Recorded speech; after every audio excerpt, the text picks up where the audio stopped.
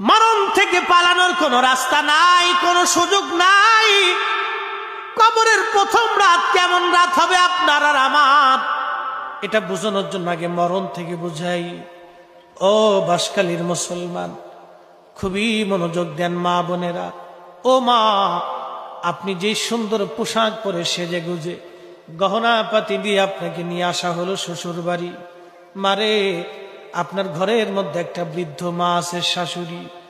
মনে ব্যথা দিবেন না, এই বৃদ্ধ লোকটা আপনার কাছে তেমন কিছুই চায় না, একটু সহানুভূতি চায়। বিনিময়ে আপনার স্বামীর জন্য সে 40টা বছর পরিশ্রম করেছে। ও বোন, আপনাকে বলছি, এই বৃদ্ধ মাটাকে আপনি ব্যথা দিবেন না। এই বৃদ্ধ মাটা আপনার স্বামীর পিছনে 40 বছর পরিশ্রম করেছে। পেটে ধারণ থেকে শুরু করে ওকে মানুষ পর্যন্ত বানাইতে একটা মায়ের হাড় ভাঙ্গনি খাটুনি খেটে বৃদ্ধ হয়ে গেছে আজ। সে কিছুই চায় না রে বোন, আপনার কাছে মাত্র একটু সহানুভূতি আর ভালোবাসা চায়। মনে ব্যথা দিয়েন না, ওনাকে ব্যথা দিলে মালিক বেজার হয়ে যাবে। মালিক, ও বোন,